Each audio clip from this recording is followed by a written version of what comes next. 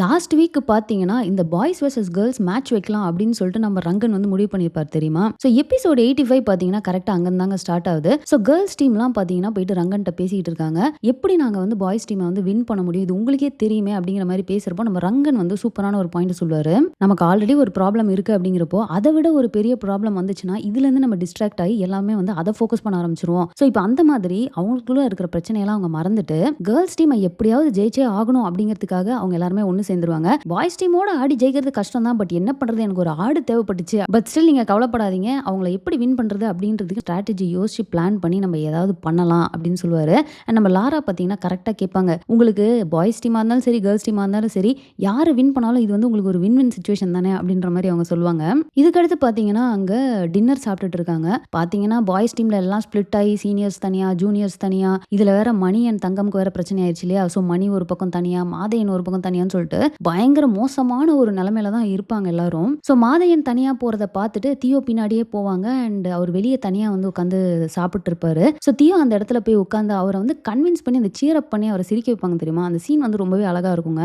நடந்ததை நினைச்சே நீ ஃபீல் பண்ணிட்டு இருக்காத, கொஞ்சம் சீர் அப் ஆகு அப்படின்னு சொல்றப்போ, நான் என்ன தியோவா ஏதாவது ட்ரீமியா யோசிச்சு என்னையவே சீர் அப் பண்ணிக்க அப்படின்னு அவர் சொல்லுவாரு. அண்ட் நம்ம தியோ பார்த்தீங்கன்னா அழகா அந்த ஸ்கையை காட்டிட்டு அதுக்கு ஒரு கதையை ஒன்று சொல்லி அந்த கதையை சொல்லிட்டே வந்து ஊட்டி விடுவாங்க. அண்ட் மாதையனும் ஒரு செகண்ட் எல்லாத்தையும் மறந்துட்டு அவர் பாட்டுக்கு அந்த கதையை கான்சென்ட்ரேட் பண்ணி கேட்டுட்டே சாப்பிடுவாரு.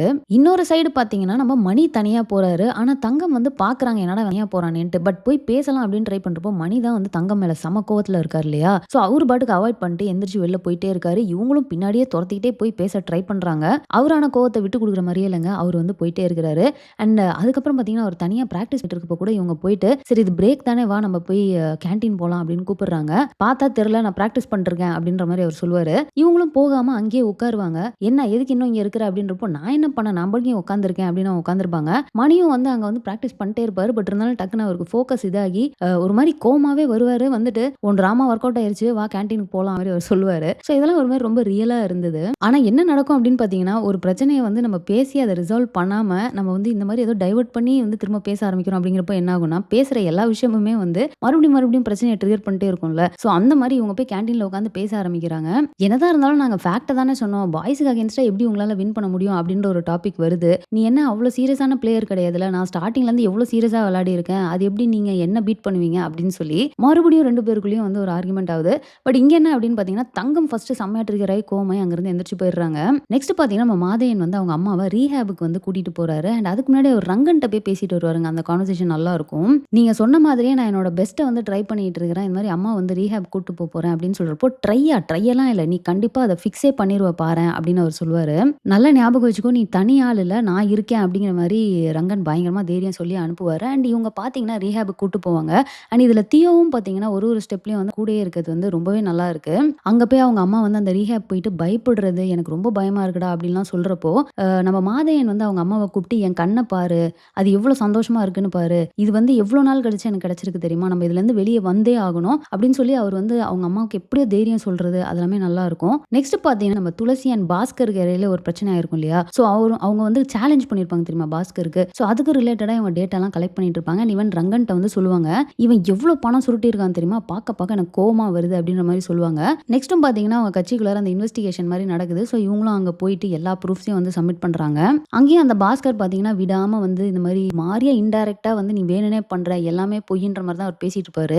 நம்ம துளசியோட கேரக்டர் வந்து நல்லா இருக்குங்க. இந்த மாதிரி இடத்துல எல்லாம் சரியான பஞ்சா வந்து போட்டுட்டே போயிடுறாங்க. ஸோ இங்கேயும் பாத்தீங்கன்னா ஃபர்ஸ்ட் நான் ரேஸ் பண்ற கேள்விக்கெல்லாம் நீ பதில் சொல்லு. இந்த மாதிரி அனாவசியமாலாம் பேசிட்டு இருக்காத அப்படிங்கிற மாதிரி இவங்க சொன்னதெல்லாம் வந்து நல்லா இருக்கும். பட் என்ன அப்படின்னு பாத்தீங்கன்னா வெளியே வந்ததுக்கு அப்புறமா அவர் வந்து ஒரு மாதிரியா கிட்டத்தட்ட பிளாக்மெயில் தான் பண்ணிட்டு போவாரு. இப்போ நீ பண்ணதுக்கு அவ்வளவுக்கும் நீ அனுபவிக்க போற அப்படின்னு. ஸோ என்ன பண்ண போறாரு அப்படிங்கிறது தெரியல.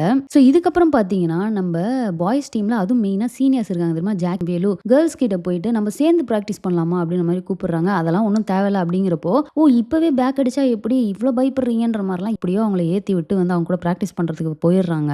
அண்ட் நம்ம தங்கம் பவுல் பண்றதெல்லாம் பார்த்துட்டு என்ன இன்னும் கொஞ்சம் ஃபாஸ்டா போடு என்ன இவ்வளோ ஸ்லோவா போடுற அப்படின்னு சொல்றது எது இதுவே ஸ்லோவா அப்படின்றப்போ அதை வந்து ஒரு மாதிரி கிண்டல் பண்றது. அண்ட் இந்த பக்கம் பேட்டிங்க்கு பார்த்தீங்கன்னா பாண்டு வந்து பவுல் பண்ணிட்டு இருப்பாரு. ஏன்டா இவ்வளோ ஃபாஸ்டா போடுறா கொஞ்சம் ஸ்லோவா போடுறா அப்படின்னு சொல்றது என்னது இதோட ஸ்லோவா போடணுமா அப்படிங்கிற மாதிரி. ஸோ இது எப்படி ஆயிருது அப்படின்னு கேர்ள்ஸ் டீமுக்கு வந்து கான்ஃபிடன்ஸை பிரேக் பண்ற மாதிரி இவங்க ட்ரை பண்றாங்க. அண்ட் கடைசியாவும் போயிட்டு உங்களாலலாம் எங்களை பீட்டே பண்ண முடியாது பேசாம போயிட்டு மேட்சை கேன்சல் பண்றேன் அப்படின்னு சொல்லிருங்க. அப்புறம் நீங்க எது எங்களோட விளையாடுறேன்னு ஏதாவது காயம்லாம் ஆயிடுச்சுன்னா அப்ப அதுக்கு அதுக்கு நாங்க பொறுப்பு கிடையாது. இன்னும் ஃபைனல் டோர்னமெண்ட் வேற இருக்குல்ல அப்படிங்கிற மாதிரி பயங்கரமா போட்டு இன்சல்ட் பண்ணிட்டே இருக்கிறாங்க. பட் இது ஒரு நல்ல விஷயம் தாங்க. ஏன்னா கேர்ள்ஸ்க்கு வந்து அது வந்து பயங்கரமா ட்ரிகர் பண்ணிட்டே இருக்கு. இன்னும் ஏதாவது எக்ஸ்ட்ராவா பண்ணணும் அந்த ஒரு ஃபீலை வந்து கொடுக்குது. அவ்வளவுதாங்க எபிசோட் 85ல வந்த எல்லாத்தையுமே நம்ம ரிவ்யூ பண்ணிட்டோம். நெக்ஸ்ட் எபிசோட்ஸ்லாம் பார்த்தீங்கன்னா இன்னும் கொஞ்சம் விறுவிறுப்பா பயங்கர சூப்பரா தான் போச்சு. ஸோ மிஸ் பண்ணாம எபிசோட் 86ல என்ன நடந்துச்சு அப்படிங்கிற நெக்ஸ்ட் வீடியோல போடுறேன் பாருங்க. இந்த வீடியோ உங்களுக்கு பிடிச்சிருந்தா லைக் பண்ணுங்க, உங்க ஃப்ரெண்ட்ஸ் எல்லாருமே ஷேர் பண்ணுங்க, நம்ம சேனலை சப்ஸ்கிரைப் பண்ணி சப்போர்ட் பண்ணுங்க. தேங்க்ஸ் ஃபார் வாட்சிங். Bye by.